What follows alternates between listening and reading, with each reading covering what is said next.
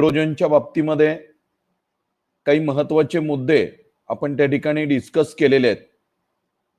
मग त्याच्यामध्ये पहिला जो मुद्दा आहे तो हायड्रोजन, त्याची असणारी पिरियडिक टेबल मधली position of the hydrogen in the periodic table.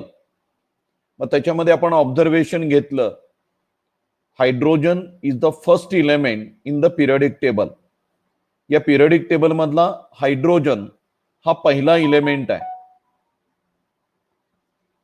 आणि तो जो काही हायड्रोजन आहे it is not placed in specific group. त्याला विशिष्ट असा कुठला ग्रुप नाही आहे.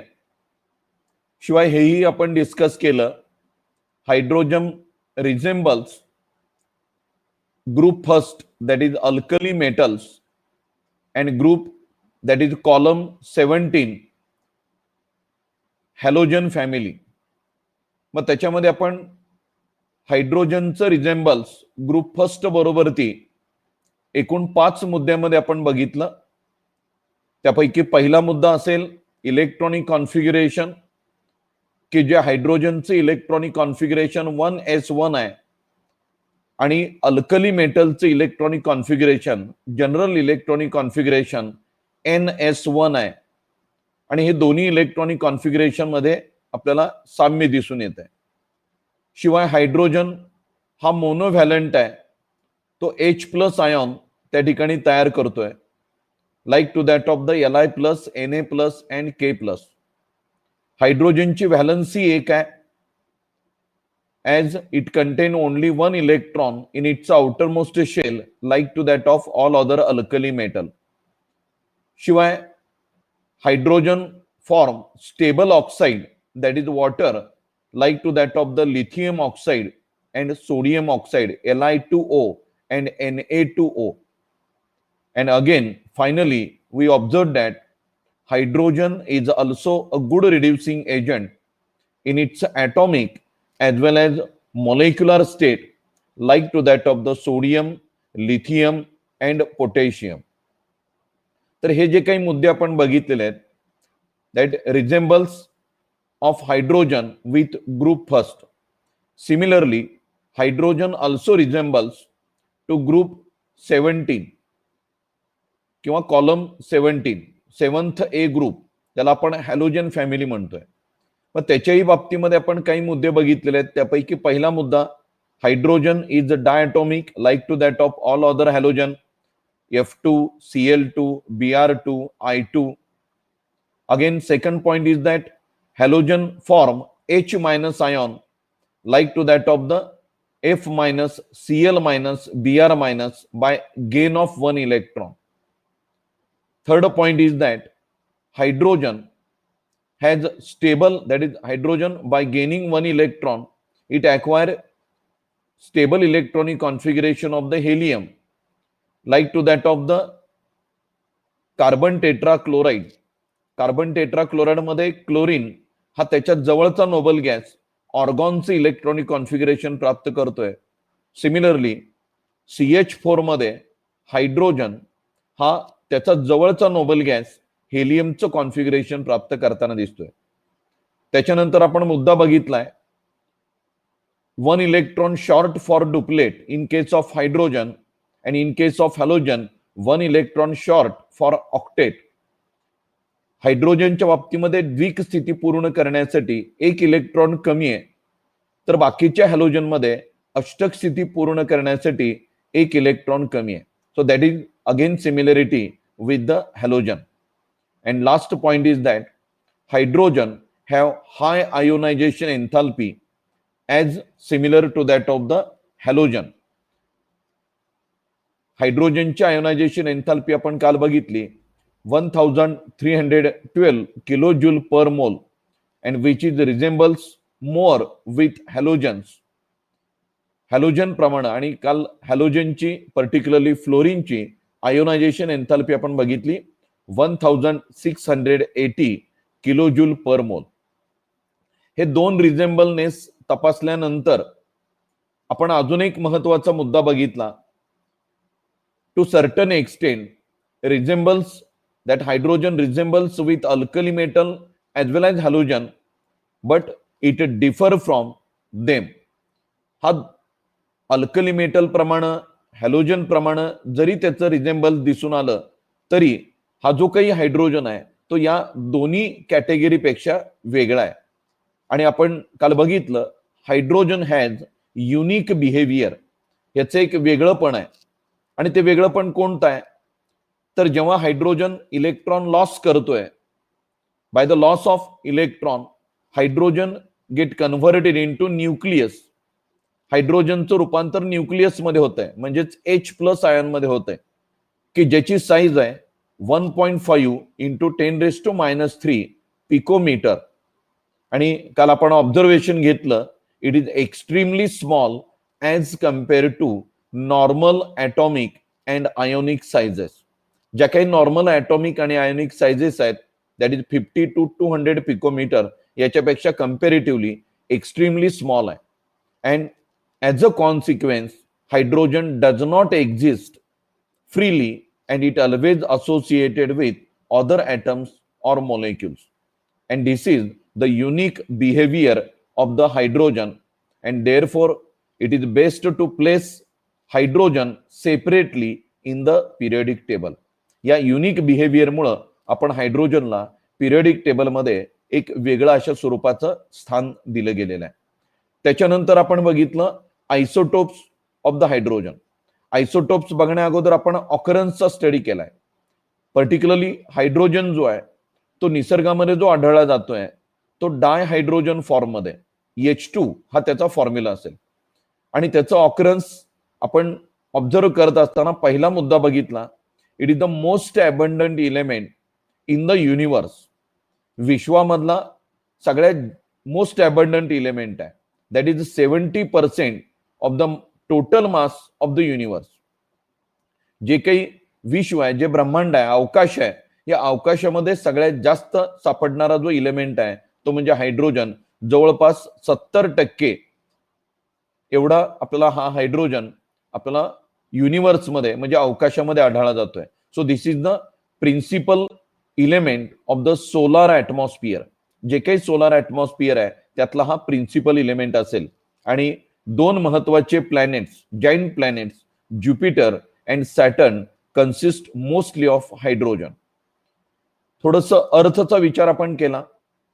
अर्थच्या ॲटमॉस्फिअर मध्ये हायड्रोजन हा लेस अबंडंट आहे, that is only 0.15% by mass. आणि अर्थ क्रस्ट मध्ये in combined state 15.4%. Earth crust मध्ये कंबाइनड स्टेट मध्ये हा 15.4% इतका आहे. Along with that, this hydrogen also occur in combined state in plants, animal tissue, carbohydrate, protein, hydride, including hydrocarbons and many other compounds. So that's all about the occurrence of the hydrogen. त्याच्यानंतर आपण मुद्दा बघितला isotopes of the hydrogen. Hydrogen त्याचे एकूण 3 isotopes आहेत. पहिला आहे तो प्रोटियम, दुसरा आहे तो ड्यूटेरियम, तिसरा आहे तो ट्रिटियम. या तिघांच्या बाबतीमध्ये जो काही फरक आहे तो केवळ न्यूट्रॉनच्या संख्येमध्ये. That is these isotopes differ from one another in the number of neutron. न्यूट्रॉनच्या संख्येमध्ये त्यांचा फरक आहे. आणि त्यामुळं हायड्रोजन जो काही प्रोटियम म्हणतोय त्याच्याकडे एकही न्यूट्रॉन नाही. ड्यूटेरियम त्याच्या केंद्रकामध्ये 1 न्यूट्रॉन आहे, तर ट्रिटियमच्या केंद्रकामध्ये 2 न्यूट्रॉन आपल्याला आढळतील. Protium is the predominant form. हा जो काही प्रोटियम आहे तो प्रीडॉमिनंट फॉर्म आहे. जो काही हायड्रोजन आपल्याला आढळला जातोय तो प्रोटियमच्या फॉर्म मध्ये.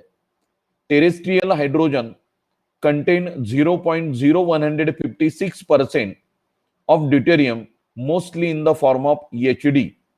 हा जो काही ड्यूटेरियम आहे तो टेरेस्ट्रियल हायड्रोजन मध्ये 0.0156% एवढा HD फॉर्म मध्ये आपल्याला आढळला जाईल. आता हे जे आयसोटोप्स आहेत ज्यांचा अणुक्रमांक सारखा आहे, याचा अर्थ यांचं इलेक्ट्रॉनिक कॉन्फिगरेशन सुद्धा सारखं आहे. आणि ज्यांचं इलेक्ट्रॉनिक कॉन्फिगरेशन सारखं असेल त्यांच्या केमिकल प्रॉपर्टी ही सारख्या असणार आहेत. So they have almost same chemical property. आता यांच्यामध्ये जो फरक आहे तो कशामध्ये, तर हे जे आयसोटोप्स आहेत, these isotopes differ in there rates of reaction. त्यांचा अभिक्रियेमध्ये भाग घेण्याचा जो दर आहे तो मात्र भिन्न आहे. And that is mainly due to different enthalpy of bond dissociation. यांच्यामध्ये बॉन्ड डिसोसिएशन एन्थाल्पी मध्ये फरक आहे आणि त्यामुळे त्यांच्या रेट ऑफ रिॲक्शन मध्येही आपल्याला फरक जाणवतोय.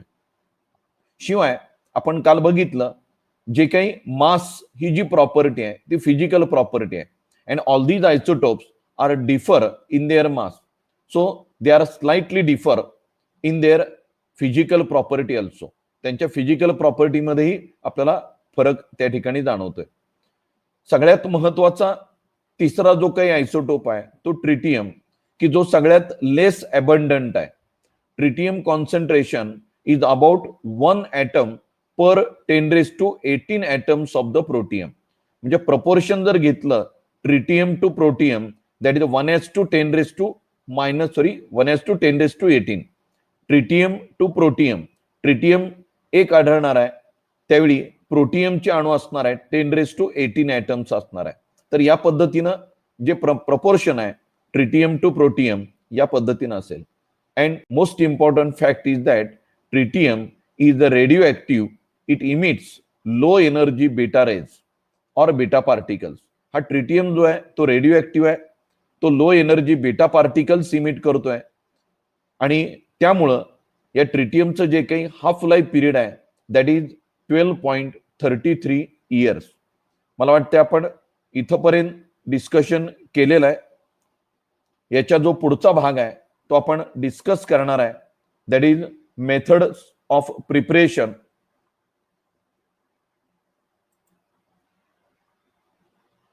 Preparation of डायहायड्रोजन.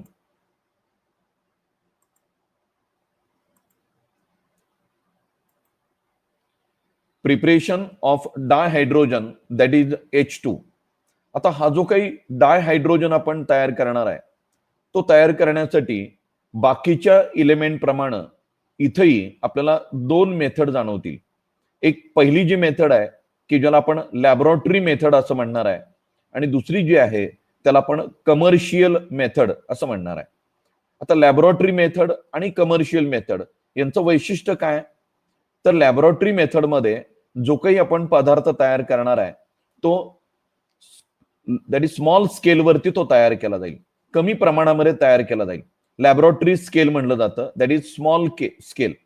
हा हायड्रोजन जर आपल्याला स्मॉल स्केलवरती तयार करायचा असेल तर तुम्ही लॅबोरेटरी मेथडचा अवलंब करा, आणि हा जर डायहायड्रोजन लार्ज स्केलवरती तयार करायचा असेल तर त्याच्यासाठी कमर्शियल मेथडचा आपण वापर करणार आहे. तर पैकी पहिली मेथड आपण बघणार आहे लॅबोरेटरी प्रिपरेशन ऑफ डायहायड्रोजन. आता लॅबोरेटरीमध्ये जर आपल्याला हा डायहायड्रोजन तयार करायचा असेल तर 2 साध्या सोप्या रिॲक्शन्स आहेत की ज्या साध्या रिॲक्शनचा वापर करून आपण लॅबोरेटरीमध्ये सहजरित्या हा डायहायड्रोजन तयार करू शकतो. मग त्याच्यामध्ये पहिली जी मेथड आहे ती आपल्याला माहिती आहे, that is hydrogen displacement reaction. आपण पाठीमागं कितीतर रिॲक्शन अशा अभ्यासलेल्या आहेत की ज्याच्यामध्ये मेटलची अभिक्रिया जर एखाद्या मिनरल ऍसिड बरोबर ती झाली, ऍसिड बरोबर ती झाली, तर तो मेटल त्या ऍसिड मधल्या हायड्रोजनला डिस्प्लेस करतोय आणि त्या रिॲक्शन मधून हायड्रोजन गॅस बाहेर पडताना आपल्याला दिसतोय. आणि त्याच्यामधली एक simple reaction, when granulated zinc is treated with dilute hydrochloric acid. जर झिंक पावडर आपण डायल्यूट HCl मध्ये टाकली तर आपल्याला प्रॉडक्ट मिळेल zinc chloride and dihydrogen. So this is the simple metal, जो काही सिंपल रिॲक्शन आहे की ज्याच्यामध्ये झिंक मेटल हा HCl बरोबर ती रिॲक्ट होतोय, मेटल क्लोराइड म्हणजे झिंक क्लोराइड त्या ठिकाणी तयार होतोय आणि dihydrogen get liberated out in the form of effervescence. So this is the simple method for the laboratory preparation of dihydrogen. Another method is similar to that of above method. मग याच्यामध्ये आपण काय करणार आहे, ज्या पद्धतीनं झिंकची रिॲक्शन आपण डायल्यूट HCl बरोबर ती केली आणि डायहायड्रोजन तयार केला, अगदी त्याच पद्धतीनं झिंकची रिॲक्शन ॲक्वियस अल्कली, मग ती NaOH असेल किंवा KOH असेल त्याच्याबरोबर ती करा. So when zinc metal is treated with aqueous solution of alkali like NaOH, then it produces sodium zincate and dihydrogen.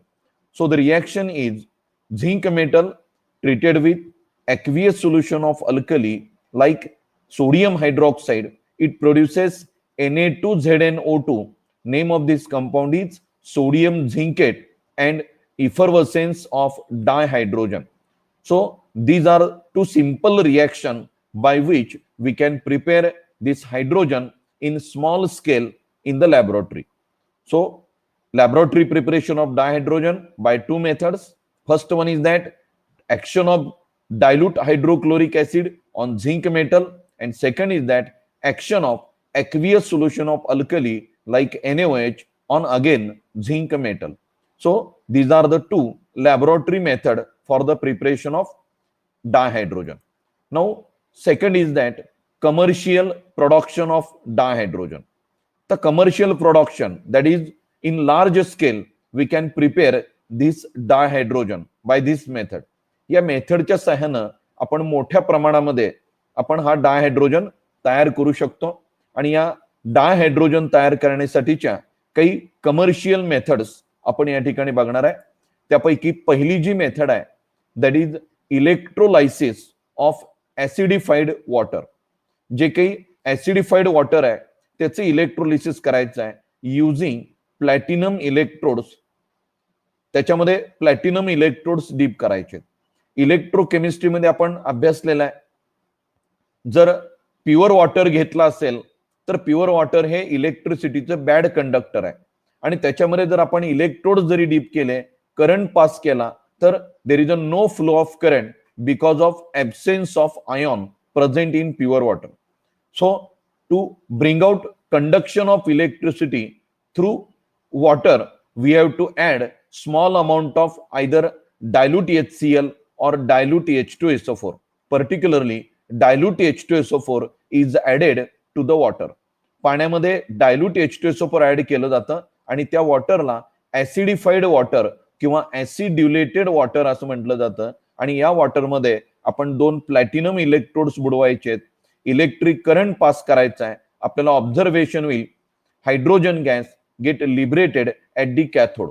तो जो काही कॅथोड आहे त्या कॅथोड वरती हा डायहायड्रोजन गॅस लिबरेट होत असताना दिसून येईल and oxygen gas liberated at anode. Oxygen gas anode वरती लिबरेट होईल, हायड्रोजन गॅस कॅथोड वरती लिबरेट होईल आणि ती जी इलेक्ट्रोलिसिसची रिएक्शन आहे ती आपल्याला या पद्धतीने देता येईल. So twice H2O on electrolysis in presence of traces of acid or base, it will produces dihydrogen at cathode and oxygen, particularly dioxygen, at anode. So this is the first method for the preparation of water. It is the first and cheapest method. बरोबर आहे, सगळ्यात स्वस्त असणारी method आहे कारण याच्यामध्ये जे raw material लागणार आहे that is simply acidified or acidulated water. Acidified किंवा ऍसिड्युलेटेड वॉटर आपल्याला त्या ठिकाणी गरजेचं आहे. प्लॅटिनम इलेक्ट्रोड डीप करायचे, इलेक्ट्रिक करंट पास करा, एनोड वरती ऑक्सिजन गॅस लिबरेट होईल, तर कॅथोड वरती हा डायहायड्रोजन गॅस लिबरेट होत असताना आपल्याला दिसून येईल. आता सेकंड जी मेथड आहे, सेकंड मेथड जर आपल्याला प्युरेस्ट हायड्रोजन डायहायड्रोजन तयार करायचं असेल, हाय प्युरिटीचा डायहायड्रोजन मिळवायचा असेल, तर electrolysis of aqueous barium hydroxide between nickel electrodes. तर त्या ठिकाणी जर हायली प्युअर आपल्याला डायहायड्रोजन दॅट इज मोर दॅन 99.95% प्युरिटीचा जर डायहायड्रोजन तयार करायचं असेल तर aqueous barium hydroxide BaOH twice याचं निकेलचे इलेक्ट्रोड्स वापरून इलेक्ट्रोलिसिस घडवा. मग त्या ठिकाणी हा जो काही डायहायड्रोजन आहे तो डायहायड्रोजन बाहेर पडताना आपल्याला त्या ठिकाणी दिसून येईल. Same at the cathode, dihydrogen gas liberated at the cathode. Cathode वरती हा डायहायड्रोजन गॅस लिबरेट होईल. So highly pure dihydrogen can be obtained by electrolysis of warm aqueous barium hydroxide solution between nickel electrodes. So these are the first two methods for the preparation of dihydrogen. Again, The third method is, we already discussed this method in the chapter electrochemistry. 12वीचे जे विद्यार्थी आहेत त्या 12वीच्या विद्यार्थ्यांसाठी electrochemistry हा chapter झालेला आहे आणि त्या चॅप्टर मध्ये आपण इलेक्ट्रोलायटिक सेल त्याच्यामध्ये घडणारी इलेक्ट्रोलायसिस ही प्रोसेस समजावून घेत असताना आपण सोडियम क्लोराईडचं इलेक्ट्रोलिसिस दोन पद्धतीने केलेलं आहे. पहिल्यांदा आपण वापरला मोल्टन NaCl. सोडियम क्लोराईड हा मोल्टन स्टेटमध्ये फ्युजन स्टेटमध्ये आपण वापरला, त्याचं इलेक्ट्रोलिसिस केलंय. आणि दुसरी एक मेथड आपण त्या ठिकाणी वापरली, electrolysis of aqueous sodium chloride. आता हा जो काही ॲक्वियस सोडियम क्लोराईड आहे त्यालाच ब्राईन सोल्युशन असं म्हटलं जातं. आता या ब्राईन सोल्युशनचं आपण इलेक्ट्रोलिसिस रिॲक्शन, ॲनोड वरती घडणारी रिॲक्शन, कॅथोड वरती घडणारी रिॲक्शन आणि नेट सेल रिॲक्शन आपण अभ्यासलेले आहे, आपल्याला माहिती आहे. मग त्याच्यामध्ये इलेक्ट्रोलिसिस करत असताना, सो ड्युरिंग इलेक्ट्रोलिसिस कोणकोणत्या रिॲक्शन घडत आहेत, तर ऍट ॲनोड वरती कोणती प्रक्रिया घडते, we know that at anode oxidation will takes place. Oxidation घडणार आहे. त्या ॲक्वियस NaCl सोल्युशन मधले जे काही Cl मायनस आयन आहेत, दी Cl minus ion undergoes oxidation by the loss of electron and this chlorine gas liberated at anode. तर electrolysis करत असताना ॲक्वियस NaCl सोल्युशन मधले Cl मायनसचं ऑक्सिडेशन होणार आहे आणि Cl मायनस इलेक्ट्रॉन लॉस करणार आहे. क्लोरीन ऍटम्स तयार होतील आणि हे क्लोरीन ऍटम कंबाईन झाल्यानंतर त्यांच्यापासून क्लोरीन गॅस ॲनोड वरती लिबरेट होत असताना आपल्याला दिसून येईल. सिमिलरली ऍट कॅथोड, तर याच वेळी सायमल्टेनियसली ऍट द कॅथोड वरती काय घडणार आहे, तर आपण याच्यामध्ये बघितलंय की हा जो काही वॉटर आहे दॅट वॉटर अंडरगोज रिडक्शन. आपण पूर्ण ही रिॲक्शन इन डिटेल इलेक्ट्रोकेमिस्ट्रीमध्ये आपण अभ्यासलेली आहे.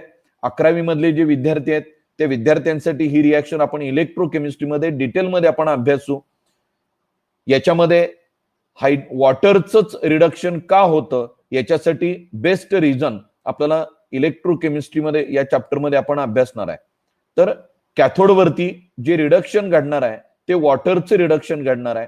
त्या क्लोरीननी लिबरेट केलेले जे इलेक्ट्रॉन आहेत, लॉस केलेले इलेक्ट्रॉन आहेत, ते कॅथोड वरती येतील आणि ह्या कॅथोड करचे जे काही इलेक्ट्रॉन आहेत ते वॉटर काढून घेईल. Water undergoes reduction by gain of electron to produce dihydrogen and hydroxide ion. Hydroxyl ion त्या ठिकाणी तयार होतील. आता या दोन रिॲक्शनची जर बेरीज घेतली तर आपल्याला नेट सेल रिॲक्शन म्हणजेच ओव्हरऑल रिॲक्शन या पद्धतीने आपल्याला मिळून जाईल. So twice Na plus aqueous plus twice Cl minus aqueous plus twice H2O gives chlorine gas plus hydrogen gas plus twice Na plus aqueous plus OH minus. लक्षात घ्या, aqueous NaCl चं electrolysis केल्यानंतर आपल्याला बरेच प्रॉडक्ट मिळत आहेत. एक सगळ्यात महत्वाचं, ॲनोड वरती क्लोरीन मिळतोय, कॅथोड वरती डायहायड्रोजन मिळतोय आणि त्या सेलमध्ये शिल्लक राहणारं रिमेनिंग जे सोल्युशन असेल that is aqueous solution of sodium hydroxide. ते सोडियम हायड्रॉक्साईडचं सोल्युशन असणार आहे. So this is the best method for the preparation of this dihydrogen. हे डायहायड्रोजन तयार करण्यासाठी आपल्याला बेस्ट मेथड आहे, कारण या मेथडमध्ये केवळ डायहायड्रोजन तयार न होता along with dihydrogen we also prepare chlorine gas as well as sodium hydroxide. So this is one of the best method or best commercial method for the preparation of dihydrogen. Another method is that, so this is fourth method for the preparation of dihydrogen by the reaction of steam on hydrocarbon or coke at high temperature in presence of catalyst. जर आपण कुठलाही hydrocarbon घेतला आणि किंवा त्याच्याऐवजी कोक घेतला असेल, त्याची रिॲक्शन स्टीम बरोबरती हाय टेम्परेचरला जर घडवून आणली कॅटलिस्टच्या सानिध्यामध्ये, देन इट प्रोड्युसेस डायहायड्रोजन. थोडक्यात जे काही हायड्रोकार्बन तुम्ही वापरणार आहे दीज आर द पेट्रोकेमिकल्स. जे हायड्रोकार्बन तुम्ही वापरणार आहे ते पेट्रोकेमिकल्स आहेत. आपण हायड्रोकार्बन्स हा चॅप्टर बघितलाय आणि हायड्रोकार्बन्स या चॅप्टरमध्ये hydrocarbon particularly alkane that is produced, alkane असेल, अल्किन असेल, that is produced by the cracking. जी काही क्रॅकिंग प्रोसेस आहे, पायरोलिसिस प्रोसेस आहे, त्या क्रॅकिंग किंवा पायरोलिसिस प्रोसेस पासून मिळणारे जे प्रॉडक्ट्स आहेत त्याला आपण पेट्रोकेमिकल्स असं आपण त्या ठिकाणी म्हणतोय. मग हे जे काही क्रूड ऑइल असणार आहे, त्या क्रूड ऑइलचं क्रॅकिंग केल्यानंतर आपल्याला वेगवेगळे हायड्रोकार्बन्स त्या ठिकाणी मिळत आहेत, की ज्या हायड्रोकार्बनना आपण पेट्रोकेमिकल्स असं आपण म्हणू शकतो. या पेट्रोकेमिकलची रिॲक्शन स्टीम बरोबर ती हाय टेम्परेचरला इन प्रेझेन्स ऑफ कॅटलिस्ट घडवा, you will got the dihydrogen. Instead of hydrocarbon we may use coke. Coke हाही वापरू शकतो. कोक म्हणजे काजळी किंवा चारकोल. कोक याचा अर्थ काजळी असेल किंवा चारकोल, की ज्याची रिॲक्शन हाय टेम्परेचरला स्टीम बरोबर ती केल्यानंतर हा डायहायड्रोजन त्या ठिकाणी तयार होईल. मग याच्या जे काही रिॲक्शन आहेत त्या रिॲक्शन आपल्याला या पद्धतीने देता येईल. जो हायड्रोकार्बन आपण घेणार आहे that is represented by CnH2n+2, that is any alkane on treatment with steam at 1270 kelvin, 1270 केल्विनला in presence of nickel as a catalyst. Catalyst nickel वापरायचं आहे. We got carbon monoxide and dihydrogen. आपल्याला जो product मिळणार आहे तो carbon monoxide आणि डायहायड्रोजन मिळेल. लक्षात आलंय? तर जनरल रिॲक्शन तुम्हाला दिलेली आहे CnH2n+2 plus NH2O in presence of nickel at 1270 kelvin. We got N number of carbon monoxide and 2n+1 mole of dihydrogen. So that is the general reaction. Particular example आपल्याला दिलेला आहे. If we take methane on treatment with water, that is the steam, in presence of nickel at 1270 Kelvin, then it produces carbon monoxide and dihydrogen. तर या पद्धतीनं आपण हायड्रोकार्बनची reaction steam बरोबरती 1270 केल्विनला निकेलच्या सानिध्यामध्ये करा. आपल्याला प्रॉडक्ट कॉमन मिळणार आहेत कार्बन मोनॉक्साईड आणि डायहायड्रोजन. याच्या ऐवजी कार्बन जो काही कोक आहे, कार्बनची रिॲक्शन वॉटर बरोबरती करा. Carbon plus H2O at high temperature you will got carbon monoxide plus dihydrogen. ज्या पद्धतीनं हायड्रोकार्बन स्टीम बरोबरती रिॲक्ट होत आहेत त्याच पद्धतीनं हा कोक सुद्धा स्टीम बरोबरती हाय टेम्परेचरला रिॲक्ट होईल आणि आपल्याला मिळणारा प्रोडक्ट कार्बन मोनॉक्साईड आणि डायहायड्रोजन मिळेल. आता हा जो काही कार्बन मोनॉक्साईड आणि डायहायड्रोजन हे जे मिश्रण मिळणार आहे या मिश्रणाला वॉटर गॅस या पद्धतीने म्हटलं जातं. So mixture of carbon monoxide and hydrogen gas is referred as water gas. त्याला वॉटर गॅस असं म्हटलं जाईल. लक्षात आलंय? So that this mixture of carbon monoxide and hydrogen is non as water gas. आता याच मिश्रणाला अजून एक नाव दिलं जातं, that is referred as syngas. So this mixture is also referred as syngas. या मिश्रणाला syngas असंही म्हटलं जातं किंवा सिंथेसिस गॅस असंही म्हटलं जातं. as many hydrocarbons can be prepared by the use of this mixture. So as this mixture of carbon monoxide and dihydrogen is used in the synthesis of methanol and a number of hydrocarbon, it is also known as synthesis gas or syngas. याच्यावरती तुम्हाला प्रश्न विचारला जातो. लक्षात घ्या, mixture of carbon monoxide and dihydrogen याला आपण दोन नावं आता दिलेली आहेत. वॉटर गॅस म्हटलं जातंय, शिवाय त्यालाच सीन गॅस किंवा सिंथेसिस गॅस असंही म्हटलं जातंय. लक्षात आलंय? So that's all about this preparation. आता याच्या व्यतिरिक्त अजून जे काही प्रॉपर्टी आहेत किंवा अजून काही महत्वाच्या बाबी आहेत ते या मेथड मधील आपण जाणून घेणार आहेत.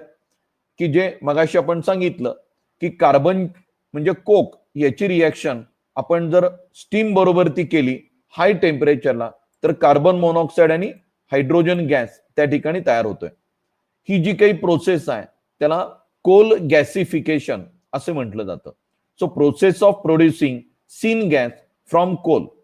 हा सीन गॅस म्हणजे mixture of carbon monoxide and dihydrogen हा जर कोल पासून तुम्ही तयार करत असाल तर त्याला कोल गॅसिफिकेशन असं म्हटलं जाईल. So remember that coal gasification is the process of producing syn gas from coal. So in this reaction we bring out action of steam on coke at 1270 Kelvin to get this syn gas, and this reaction is referred as coal gasification. याला आपण Coal gasification असं म्हणू शकतोय. लक्षात आलंय? तर या पद्धतीनं कोल गॅसिफिकेशन आपण काय ते बघितलंय. अगेन आता हा जो काही डायहायड्रोजन तयार झालाय त्याचं जर आपल्याला पर्सेंटेज वाढवायचं असेल, प्रोडक्शन वाढवायचं असेल, तर त्याच्यासाठी हा जो सीन गॅस आहे it is further treated with steam. म्हणजे जर डायहायड्रोजनचं प्रोडक्शन आपल्याला वाढवायचं आहे, पर्सेंटेज यील्ड वाढवायची असेल, तर तो जो तयार झालेला जो सीन गॅस आहे which on further treatment with steam in presence of catalyst, particularly chromate catalyst, to get production, that is higher production of hydrogen. So production of dihydrogen can be increased by reacting carbon monoxide of syn gas mixture with steam in presence of iron chromate. Iron chromate हा catalyst वापरायचा आहे आणि iron क्रोमेटच्या सानिध्यामध्ये या scene गॅसची reaction आपल्याला करायची आहे water बरोबरती, पर्टिक्युलरली स्टीम बरोबरती. या सीन गॅस मधला कार्बन मोनॉक्साईड स्टीम बरोबरती रिएक्ट होईल आणि आपल्याला जे प्रोडक्ट मिळणार आहेत तो carbon dioxide and dihydrogen. So carbon monoxide from syn gas combines with steam at 673 Kelvin in presence of catalyst like iron chromate to produce carbon dioxide and dihydrogen. हा डायहायड्रोजन मिळेल. आता हा जो काही कार्बन डायऑक्साइड तयार झालाय तो कार्बन डायऑक्साइड रिमूव्ह करायचा असेल तर ते रिमूव्हिंग करण्यासाठी that carbon dioxide is removed by scrubbing with sodium arsenide. हा जो काही कार्बन डायऑक्साइड तुम्हाला रिमूव्ह करायचा असेल तर ती जी काही प्रोसेस आहे ती स्क्रबिंगची प्रोसेस आहे आणि स्क्रबिंग करायचं आपल्याला सोडियम आर्सेनाइड सोल्युशन बरोबरती. लक्षात आलंय? तर या पद्धतीनं हे डायहायड्रोजनचं जे प्रोडक्शन आहे आपण वाढवू शकतो by the reaction of carbon monoxide of syn gas mixture with steam in presence of iron chromate as a catalyst. आता ही जी काही रिएक्शन आहे की ज्या रिएक्शन मध्ये आपण हायड्रोजनचं प्रपोर्शन वाढवतोय त्या रिएक्शनला वॉटर गॅस शिफ्ट रिएक्शन असं म्हटलं जातं. This reaction is called as water gas shift reaction. यालाच वॉटर गॅस शिफ्ट रिएक्शन असं म्हणतोय कारण वॉटर गॅस म्हणजे कार्बन मोनॉक्साईड आणि हायड्रोजन याची रिएक्शन परत आपण स्टीम बरोबरती करतोय आणि जे काही हायड्रोजन गॅसचं प्रोडक्शन आहे ते वाढवलं जात आहे म्हणून या रिएक्शनला वॉटर गॅस शिफ्ट रिएक्शन असं आपल्याला म्हणता येईल. आणि जो काही बाय प्रॉडक्ट आहे carbon dioxide that is removed by scrubbing with sodium arsenite solution. हा कार्बन डायऑक्साइड रिमूव्ह करण्यासाठी तो त्या ठिकाणी वापरायचं आपल्याला सोडियम आर्सेनाइटचं solution. So carbon dioxide is removed by scrubbing with sodium arsenite solution. So that's all about the preparation of hydrogen, dihydrogen by two method. First method is that laboratory method and second is that commercial method. आता ही जी काही commercial method आपण बघितली की ज्याच्यामध्ये मोठ्या प्रमाणामध्ये डायहायड्रोजन तयार केला जातोय. आता या मेथड पैकी जी काही ऍक्च्युअली कमर्शियली वापरली जाणारी मेथड कोणती आणि त्याच्यामध्ये मिळणारं जास्तीत जास्त हायड्रोजन कोणत्या मेथडनी तयार केला जातोय हे आपण इथं बघतोय.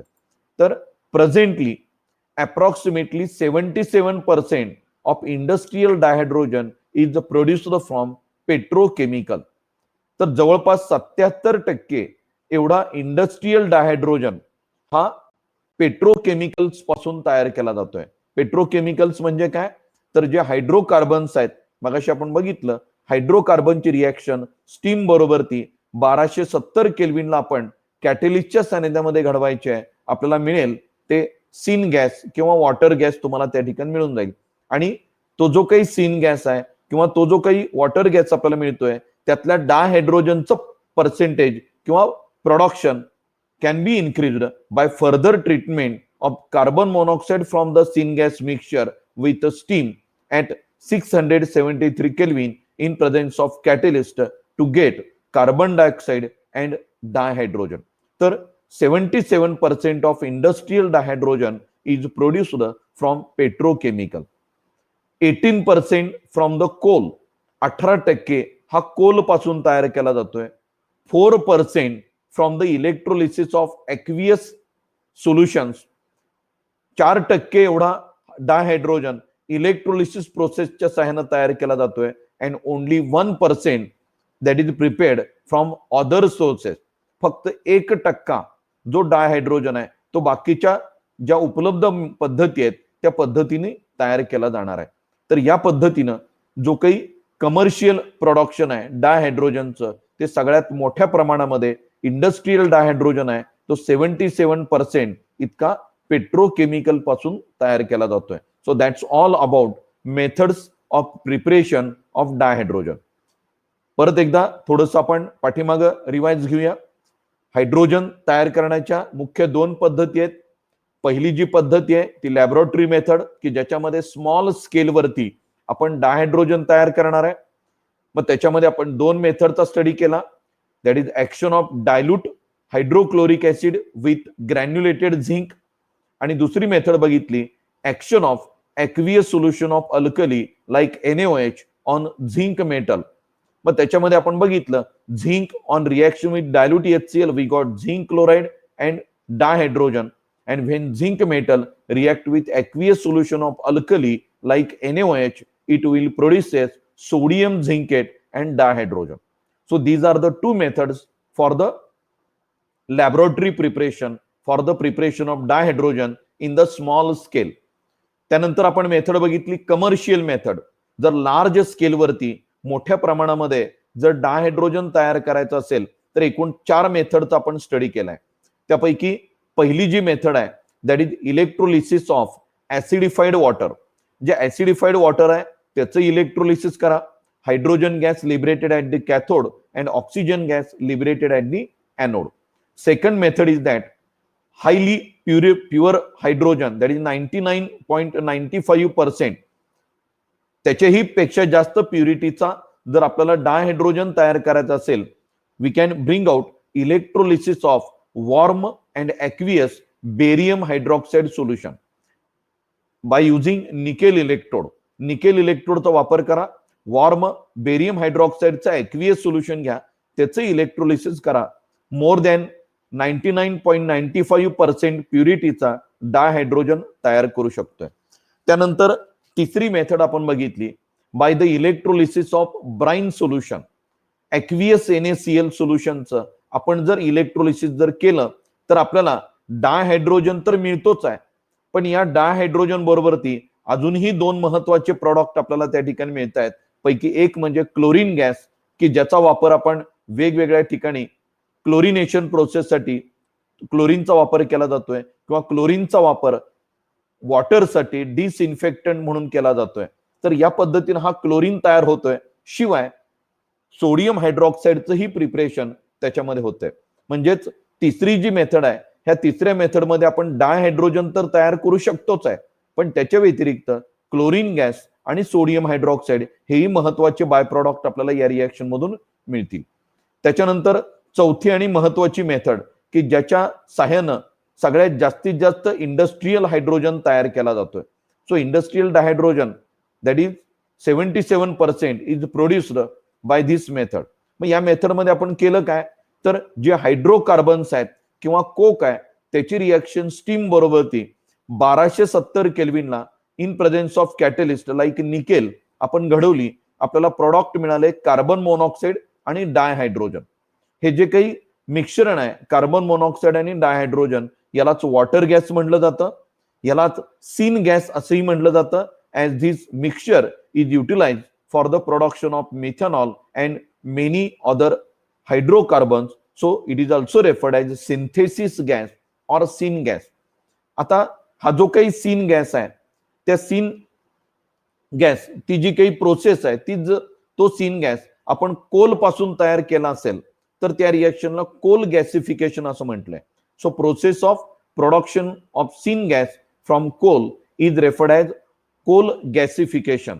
आता या हायड्रोकार्बन वापरा, पेट्रोकेमिकल्स वापरा किंवा कोल वापरा, यापैकी कोणताही घटक वापरला तर प्रॉडक्ट आपल्याला मिळणार आहे मिक्सचर ऑफ कार्बन मोनॉक्साईड आणि डायहायड्रोजन म्हणजे सीन गॅस मिळणार आहे. आता जर आपल्याला या डायहायड्रोजनचं पर्सेंटेज वाढवायचं असेल, प्रोडक्शन वाढवायचं असेल, again that carbon monoxide from the syn gas mixture is treated with steam in presence of catalyst like iron chromate. So this carbon monoxide on further reaction with steam, it will produces carbon dioxide and hydrogen gas. This reaction is known as water gas shift reaction. या रिएक्शनला म्हटलं जातं water gas shift reaction. आता या reaction मध्ये जो काही carbon monoxide by product तयार होणार आहे that is removed by scrubbing with sodium arsenide solution.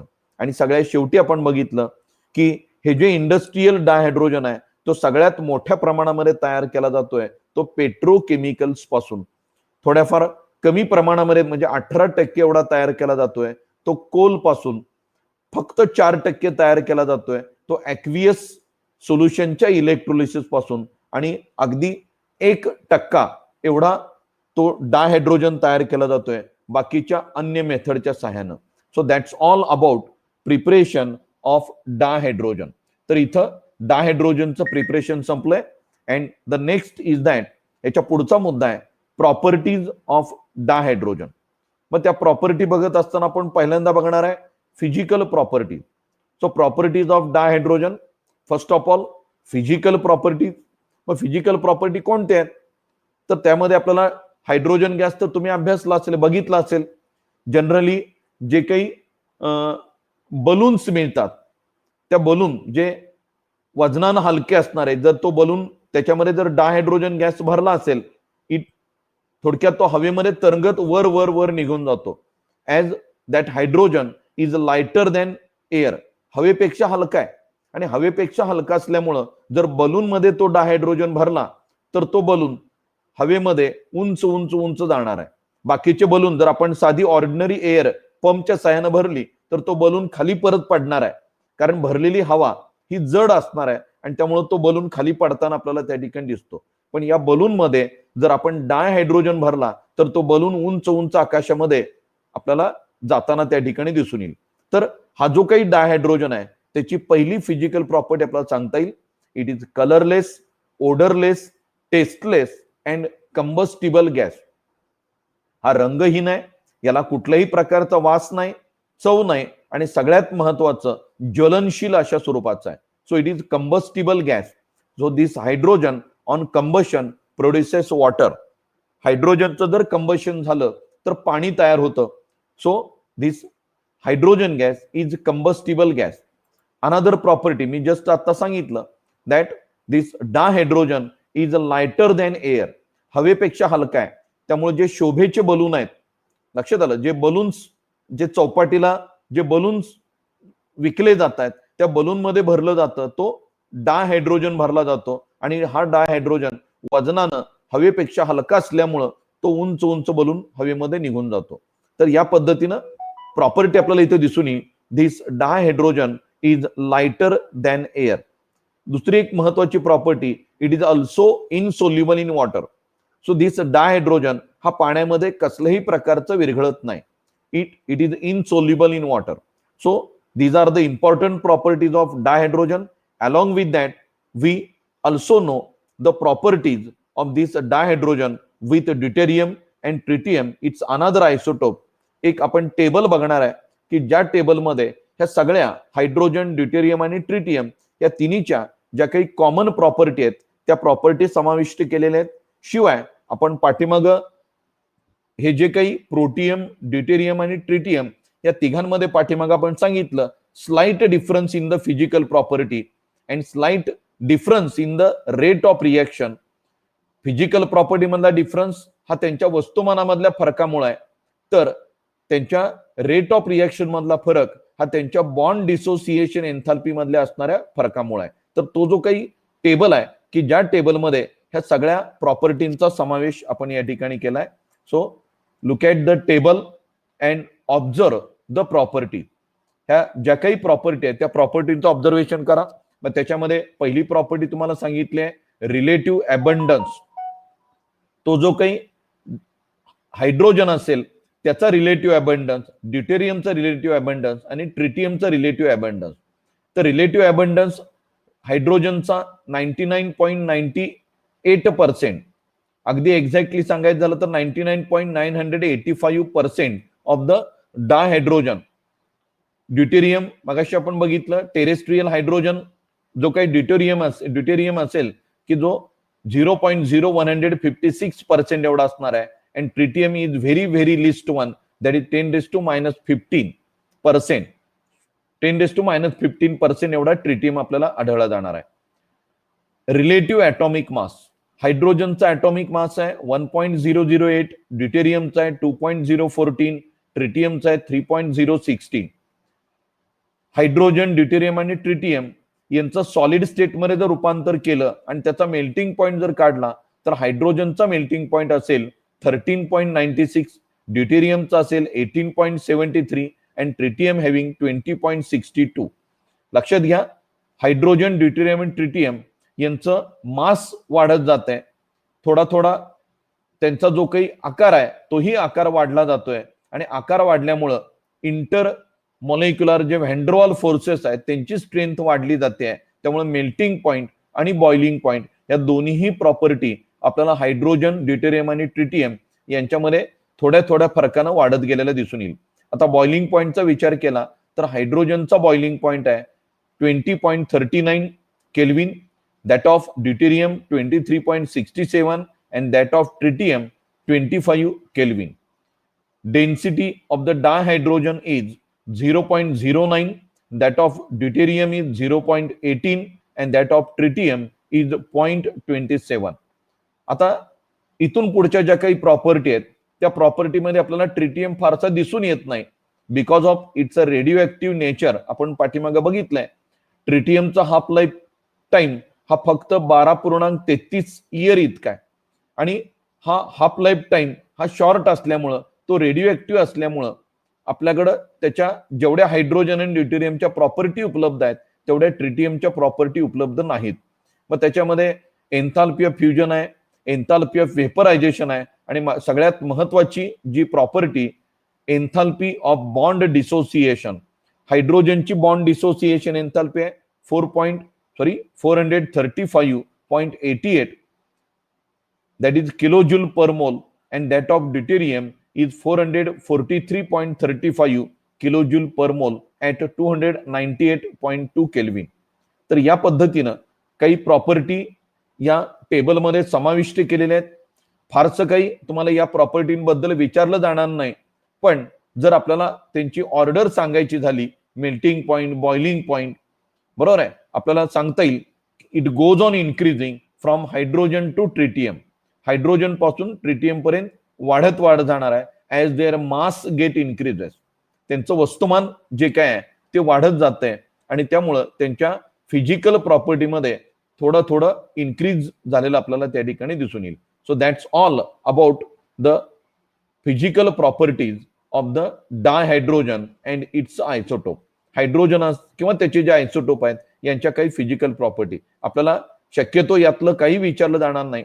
फक्त एक महत्वाची प्रॉपर्टी मागाशी जी आपण उल्लेख केली, बॉन्ड डिसोसिएशन एन्थाल्पी, याच्यामधल्या फरकामुळे हायड्रोजन, ड्यूटेरियम आणि ट्रिटियम यांच्या रेट ऑफ रिएक्शन मध्ये फरक असणार आहे. लक्षात आलंय? तर that's all about the physical property. Now next point is that chemical properties of dihydrogen. डायहायड्रोजनच्या chemical property.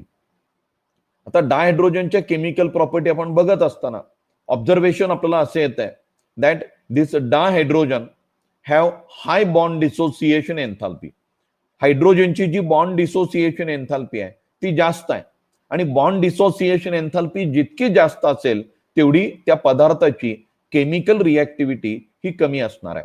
So greater the bond dissociation enthalpy lesser or lower will be the reactivity. जितकी bond dissociation enthalpy जास्त तेवढी रिएक्टिव्हिटी कमी आणि नेमकं आपल्याला hydrogen मध्ये ते दिसून येते. Dihydrogen having highest bond dissociation enthalpy, बरोबर आहे, बॉन्ड डिसोसिएशन एन्थाल्पी जास्त आहे आणि ही जास्त असल्या कारणानं त्याची रिएक्टिव्हिटी सुद्धा आपल्याला कमी दिसून येईल. Generally at room temperature dihydrogen is almost inert.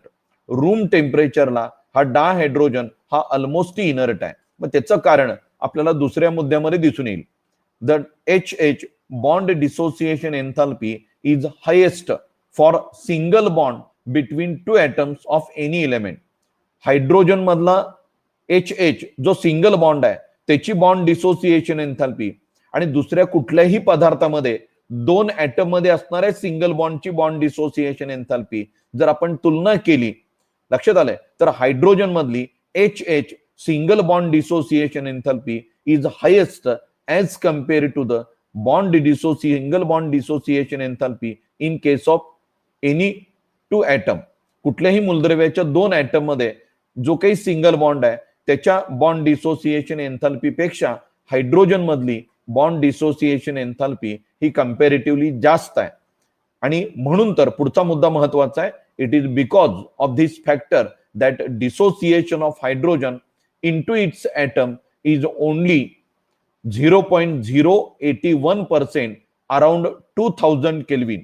म्हणजे 200 केल्विनला, लक्षात घ्या, 200 केल्विनला फक्त 0.081% एवढ्या डायहायड्रोजनचं डिसोसिएशन त्याच्या ऍटम्स मध्ये होतं. But that percentage may increases with increasing temperature. जर 5000 केल्विन एवढं टेम्परेचर जर वापरलं तर जवळपास 95.5% that dihydrogen undergoes dissociation into its atom.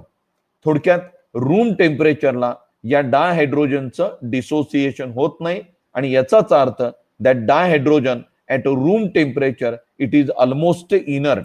हा तिसरा मुद्दा आपण या ठिकाणी बघतोय.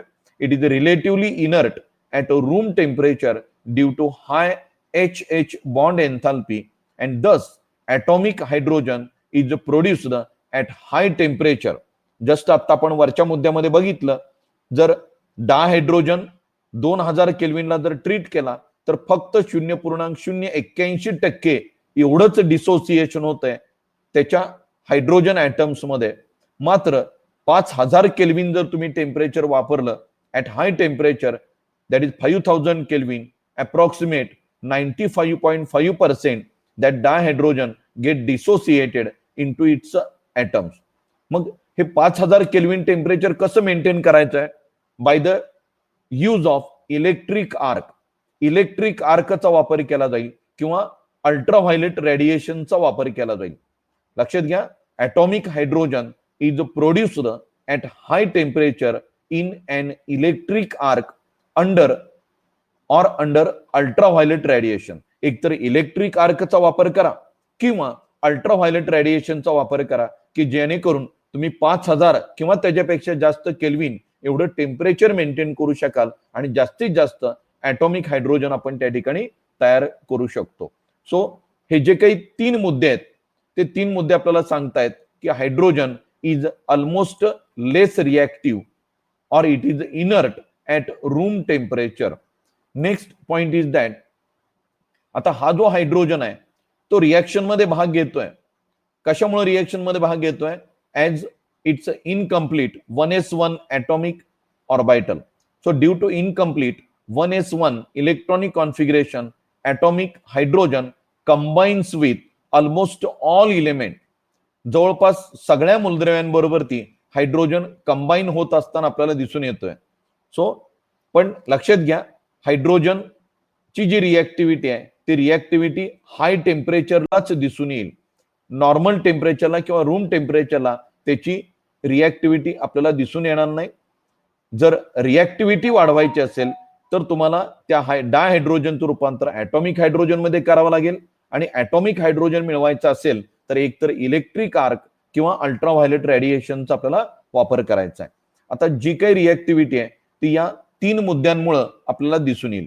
त्यापैकी पहिला मुद्दा असणार आहे loss of electron to produce H+ ion. So loss of only 1 electron to give H+ ion. तो हायड्रोजन 1 इलेक्ट्रॉन लॉस करतोय, H+ आयन त्या ठिकाणी निर्माण करतोय. It gains 1 electron to form H- ion. जशी इलेक्ट्रॉन लॉस करण्याची टेंडन्सी आहे त्या पद्धतीने त्याची इलेक्ट्रॉन गेन करण्याची ही टेंडन्सी आहे. आणि या दोन्ही टेंडन्सीचा परिणाम आपल्याला वरच्या मुद्द्यामध्ये दिसून येईल that atomic hydrogen combine with almost all element. हा ॲटॉमिक हायड्रोजन जवळपास सगळ्या इलेमेंट बरोबर ती कंबाईन होतोय, कारण त्याच्याकडे इलेक्ट्रॉन लॉस करण्याची, इलेक्ट्रॉन गेन करण्याची टेंडन्सी आहे. एवढंच नाही तर तिसराही मुद्दा या ठिकाणी महत्वाचा आहे, that sharing of electron to form single covalent bond. तर हा हायड्रोजन इलेक्ट्रॉन लॉस करतोय, H+ आयन तयार करतोय, वेळ पडली तर इलेक्ट्रॉन गेन करतोय, H- आयन तयार करतोय, आणि प्रसंग पडला तर हा हायड्रोजन इलेक्ट्रॉनचं शेअरिंग करायलाही मागं पुढं बघत नाही. So sharing of electron to form single covalent bond, and because of this three, या 3 गुणधर्मांमुळे that atomic hydrogen combines with almost all element. लक्षात घ्या, ॲटॉमिक हायड्रोजन म्हणतोय मी, डाय हायड्रोजन म्हणत नाही. Atomic hydrogen combines with almost all element because of these 3 properties. जर आपल्याला डाय हायड्रोजनचं रूपांतर ॲटॉमिक हायड्रोजन मध्ये करायचं असेल तर आपल्याला H बॉन्ड हा ब्रेक करावा लागणार आहे, आणि हा H बॉन्ड ब्रेक करायचा असेल तर आपल्याला हाय टेम्परेचर मेंटेन करावं लागेल bye the use of either electric arc or ultra violet radiation. तर हे एक झालं जनरल ओपिनियन अबाउट द रिएक्टिव्हिटी. या जनरल ओपिनियन मध्ये आपल्याला दिसून आलं की हा डायहायड्रोजन याच्यामधला H बॉन्ड डिसोसिएशन एन्थाल्पी ही जास्त आहे, त्यामुळं रूम टेम्परेचरला हा ऑलमोस्ट इनर्ट आहे. जर त्याची रिॲक्शन घडवायचीच असेल तर आपल्याला हाय टेम्परेचर मेंटेन करावं लागेल, म्हणजेच ही रिॲक्शन इलेक्ट्रिक आर्क मध्ये किंवा अल्ट्राव्हायलेट रेडिएशनचा वापर करून घडवायचे. किंवा हा जो डायहायड्रोजन आहे त्याच्यामधला H बॉन्ड ब्रेक करा, ॲटॉमिक हायड्रोजन तयार करा. आता हा तयार झालेला ॲटॉमिक हायड्रोजन किंवा ज्याला आपण नेसंट हायड्रोजन म्हणतोय, it almost combine with all element. हा जवळपास सगळ्या इलेमेंट बरोबर ती कंबाईन होणार आहे, आणि त्याचं कंबाईन होण्यापाठीमागची जी काही भूमिका आहे ती या 3 मुद्द्यांमधून दिसून येईल. गरज पडली तर तो इलेक्ट्रॉन लॉस करतोय, गरज पडली तर तो इलेक्ट्रॉन गेन करतोय, आणि गरज पडली तर तो इलेक्ट्रॉन शेअरिंग सुद्धा करतोय. Because of this versatile ability, this atomic hydrogen combines with almost all element. लक्षात आलंय? आता हे एक जनरल ओपिनियन झालं. याच्याशिवाय आपल्याला काही केमिकल प्रॉपर्टीचा स्टडी करायचा आहे, केमिकल रिॲक्शनचा स्टडी करायचा आहे. मग त्याच्यामध्ये पहिली रिॲक्शन जी आपण अभ्यासणार आहे ते reaction of this dihydrogen with halogen. आपल्याला माहिती आहे हायड्रोजन हा इलेक्ट्रो पॉझिटिव्ह आहे, हॅलोजन हा इलेक्ट्रो निगेटिव्ह आहे. तर हा जो हायड्रोजन आहे त्या हायड्रोजन इलेक्ट्रो पॉझिटिव्ह असल्या कारणानं it has more affinity toward electronegative element like halogen. So at room temperature also that hydrogen get react with halogen like chlorine. म्हणजे हायड्रोजन आणि क्लोरीन यांची रिॲक्शन रूम टेम्परेचरला सुद्धा घडू शकते, but it require higher temperature for bromine and for iodine. Higher temperature as well as in presence of catalyst we bring out reaction of hydrogen with iodine. पण सगळ्यात महत्वाची बाजू अशी आहे, reactivity of hydrogen with fluorine is highly vigorous and highly exothermic reaction. हायड्रोजनची आणि फ्लोरीनची ही reaction अतिशय व्हिगरस आहे, अतिशय एक्झोथर्मिक आहे. रूम टेम्परेचरला जर घडवायचा प्रयत्न केला तर आपण ती घडवू शकत नाही, as it bring out explosion. Hydrogen आणि फ्लोरीन हे एकमेकाबद्दल जास्त ॲफिनिटी असणारे इलेमेंट्स आहेत, आणि जेव्हा तुम्ही हे 2 इलेमेंट एकत्रित आणाल त्यावेळी एक्सप्लोजन घडणार आहे, प्रचंड मोठा असा स्फोट घडणार आहे. Large amount of energy get releases out in the form of heat energy. प्रचंड उष्णता बाहेर टाकली जाणार आहे. जर आपल्याला ही रिॲक्शन कंट्रोल्ड मॅनर मध्ये घडवायची झालीच तर आपल्याला ही रिॲक्शन 63 केल्विनला डार्क मध्ये रिॲक्शन घडवावं लागेल. So hydrogen react with fluorine to produce hydrogen fluoride. To bring out this reaction normally we have to attempt the condition that is this reaction carried out in dark at 63 Kelvin. 63 केल्विनला dark मध्ये हायड्रोजनची आणि फ्लोरीनची reaction होईल आणि आपल्याला hydrogen fluoride हा पदार्थ त्या ठिकाणी मिळेल. हायड्रोजनची आणि क्लोरीनची रिॲक्शन झाल्यानंतर हायड्रोजन क्लोराइड तयार होईल. हायड्रोजन आणि ब्रोमिनची रिॲक्शन झाल्यानंतर हायड्रोजन ब्रोमाइड तयार होईल. हायड्रोजन आणि आयोडीनची रिॲक्शन झाल्यानंतर हायड्रोजन आयोडाइड तयार होईल. पण आयोडीनची रिॲक्टिव्हिटी कमी आहे, शिवाय ती रिॲक्शन रिव्हर्सिबल आहे, त्यामुळं ही रिॲक्शन आपल्याला विशिष्ट कॅटलिस्टच्या सानिध्यामध्ये घडवावी लागेल. So this dihydrogen react with halogen to form hydrogen halide HX. Reaction is that H2 plus X2 gives twice HX. This X it may be fluorine, chlorine, bromine or iodine. मी आता सांगितल्या पद्धतीनं while the reaction with fluorine occur even in the dark मध्ये reaction फ्लोरीनची घडते, मात्र iodine हा list reactive असल्यामुळं it require catalyst. लक्षात आलंय?